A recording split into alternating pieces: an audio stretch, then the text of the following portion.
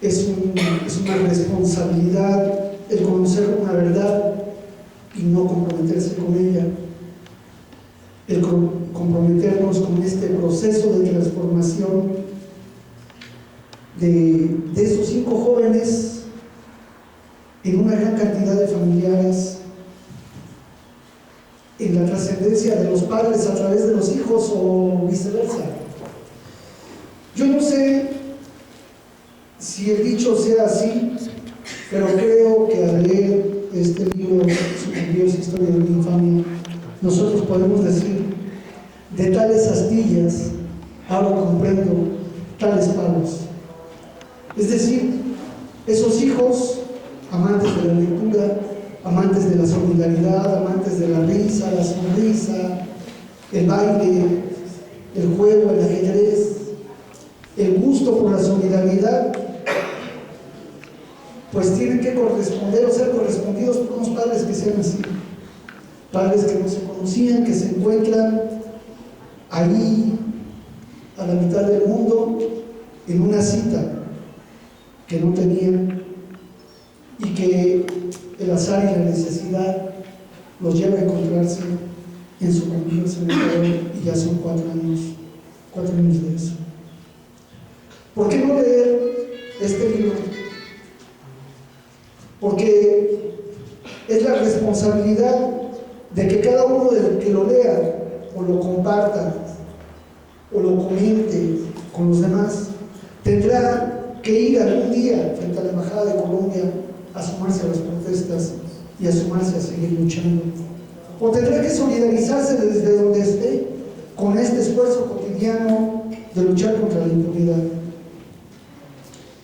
Es por eso que les alerto y les prevengo de que no deben de leerlo, porque es como desdibujar un gobierno cómplice de un país que hace negocios con Colombia, que hace negocios incluso que tienen otra connotación, que a nivel de especulación nos permite comprender los ejes geoestratégicos de una situación en la que los muchachos fueron a encontrarse.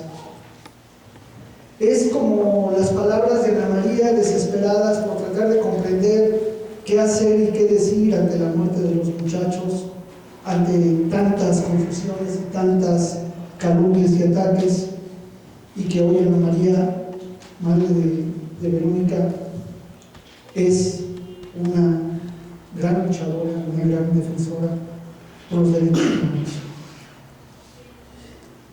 Es como desnudar el gobierno de Uribe Vélez, cómo se divorcia el gobierno actual de Santos, y al final de cuentas, a pesar de ese divorcio, cómo sella la impunidad en relación al caso Sucumbidos, al operativo Fénix, y cómo la prudencia geoestratégica y geopolítica de los gobiernos de Ecuador y Venezuela tratan de soportar diplomáticamente para evitar una escalada y un conflicto armado de orden regional gravísimo. Es una situación muy interesante cómo vamos a irnos adentrando en el libro para comprender los porqués de tantas cosas y manejar toda la información que está por ahí, algunos informes periciales concretos, bien estudiados, hasta especulaciones y conjeturas que medios dan voz a personas calificadas en sus opiniones. Pero lo más bello de todo el libro es ese proceso de transformación de los padres, ese proceso de entender que, como decía el CNI, el Comité Nacional Independiente, ahora FADEB, logró hacer que se pueda de cada injusticia hacer una bandera de lucha. Es decir, esta posibilidad de que Sucumbidos no acabó ni agotó el hecho, sino que hoy es una luz que constantemente está generando expectativas para el futuro y que está hoy cotidianamente recuperando pruebas y más pruebas que van debilitando las calumnias y mentiras que habían dado los gobiernos, tanto de Colombia como de México, de Estados Unidos. Es descubrir que en política no importa el número de muertos, en política no importa quién tenga la razón, sino a qué intereses se responde para beneficiar, y utilizar incluso la buena fe de diplomáticos, como diplomáticos de la Unión Europea y fundamentalmente de Francia, para introducir en sus teléfonos intervención de comunicaciones para asegurarse que el operativo Fénix diera certeza en la utilización de bombas inteligentes. Es descubrir que no solamente estaba la CIA actuando y que había infiltrado a informantes de altas esferas del gobierno ecuatoriano, concretamente de los órganos de inteligencia y de los órganos militares, también en Colombia, en México. Es descubrir que el Mossad israelí también participó en este proceso y que lo que vimos como acción en sucumbíos es el mismo tipo de acciones quirúrgicas que se estaban llevando a cabo contra el pueblo palestino. Es descubrir también cómo en una historia de estas de policías, espías y demás, anduvieron siguiendo desde hacía varios años a Franklin Aizala, un ecuatoriano, y cómo el hecho de seguir a Franklin Aizala llevó a la captura y detención y extradición a Estados Unidos de Simón Trinidad, y cómo a Franklin Aizala también lo ubican allí en Sucumbíos y logran la certeza de que en ese momento, ese día, sí se encontraba Raúl Reyes en ese campamento de negociación del acuerdo humanitario. Sabían que estaban los mexicanos ahí en México, sabían que no había nadie de peso diplomático de los gobiernos que pudiera comprometer el éxito del operativo Fénix, y los cálculos fueron precisos, porque además desde que se generó el encuentro continental bolivariano en Ecuador, sabían también que estaban ahí mucha gente de la solidaridad y que esos serían los daños colaterales como los que hoy se tienen en la guerra de Calderón en México. Los mexicanos muertos, Lucía, torturada, sobreviviente, son daños colaterales de esa operación quirúrgica llamada Operativo Fénix, tan exitoso para dar de baja a Raúl Reyes y el Frente 48 de las FARC. Pero ese no era el objetivo era más geopolítico, más geoestratégico. Sí, es un golpe militar, pero más que el golpe militar, el golpe a todo un proceso regional de integración, como también se revela en el mismo libro, con el avance del ALBA, con el avance de la integración latinoamericana, de gobiernos exitosos que estaban llegando a acuerdos de integración de espaldas a Estados Unidos, que ya se había manifestado en su rechazo a George Bush en la reunión del Mar del Plata, y que había generado un gran avance del ALBA.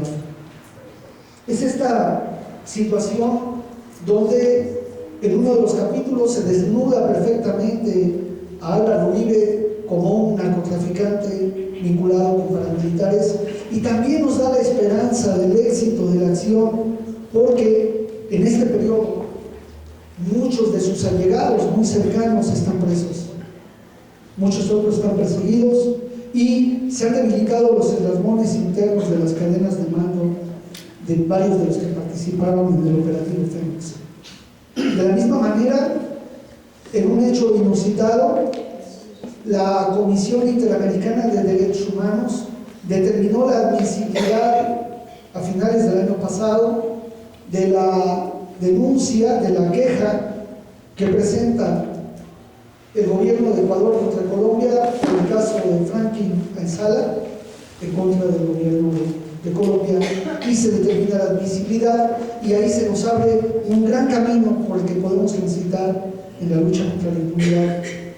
Por otro lado, la misma Corte en Colombia ha modificado toda todas las actuaciones derivadas del operativo Fénix porque las ha determinado ilegales. Y eso es un gran avance también. ¿Por qué? Porque nos abre puertas donde la justicia colombiana nos da un ejemplo y una posibilidad de independencia. No por nada el GAS tenía investigados y actuaba en contra de muchos jueces y magistrados en Colombia, y varios de esos involucrados en esas escuchas y espías hoy están detenidos. Es decir, hay esperanza de avanzar en la lucha contra la impunidad. Tenemos que ubicar el contexto del caso, pero sumarnos al apoyo. Necesitamos estos pensamientos compiladores de información, recopiladores de datos, pero a la vez también de esfuerzos y de posibilidades. Repito, Sucumbiosa historia de una infamia es un libro comprometedor. Nos compromete hoy a los que estamos a adquirirlo, a difundirlo, a invitar a que se hagan otras presentaciones. ¿Por qué? Porque necesitamos dotarnos de herramientas, de argumentos para demostrar esta infamia y manifestar y demostrar la solidaridad.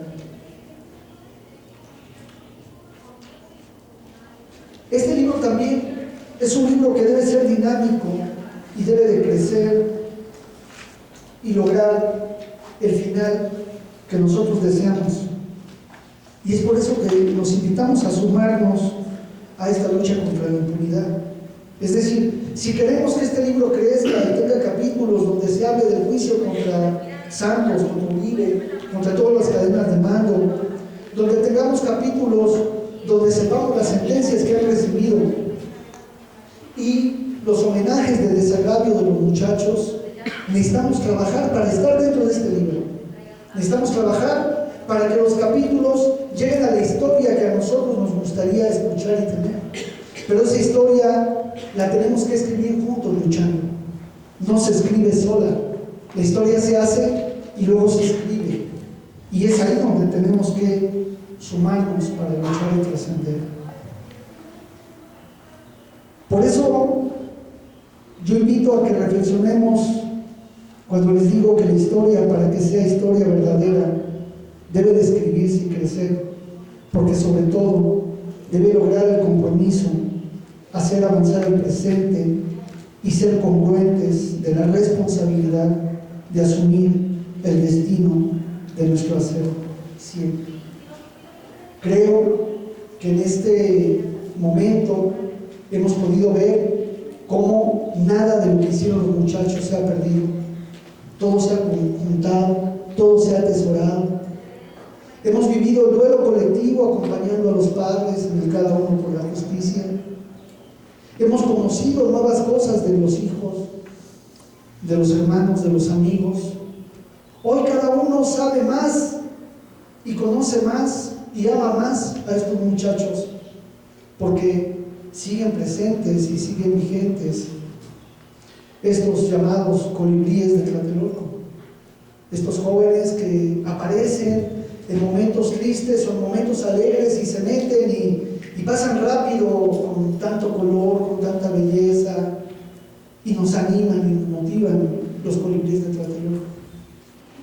Ahí con Rita, que con su coraje, con su enojo, es feliz viéndolos pasar y viéndolos luchar, pero sobre todo lo que tenemos que hacer, insisto, es podernos sumar para que este libro que nos comprometa en serio. Yo quisiera, para terminar, recordar que por ahí se creó un video que fue titulado "De luto visten los héroes", y yo sinceramente no comprendía bien ese título. De luto viven los héroes y los muchachos habían quedado muertos. Lucía sobreviviente, sí, fuerte, luchando. Ella tal vez se podría vestir de luto, pero ella también dejaba el luto a un lado y seguía luchando. ¿Y quiénes tendrían que vestirse de luto si entonces quién serían los héroes? Y al terminar de leer el libro, cuando me invitaron a hacer el libro, pude descubrir que los héroes de este libro, además de los muchachos, de su homenaje, pero para comprender la esencia de por qué de luto visten los héroes son sus familiares y sus amigos que han enfrentado las calumnias, las difamaciones, el dolor, la tristeza, el coraje, y tienen la certeza y la convicción de seguir luchando. También desde aquí quiero hacer un homenaje y un reconocimiento a nuestra directora general, hoy directora de Cooperación Internacional, Marie Tepó, que es una de las compañeras que animó mucho a que nuestra organización se comprometiera cada vez más, dio un gran esfuerzo para que hiciéramos posible parte de lo que hoy es el cada uno por la justicia, y en justicia también es bueno hacer reconocimiento para ella, pero sobre todo, insisto, el reconocimiento es para los héroes que han dejado el luto para estar luchando constantemente de manera cotidiana, y para ellos un aplauso y nuestro homenaje.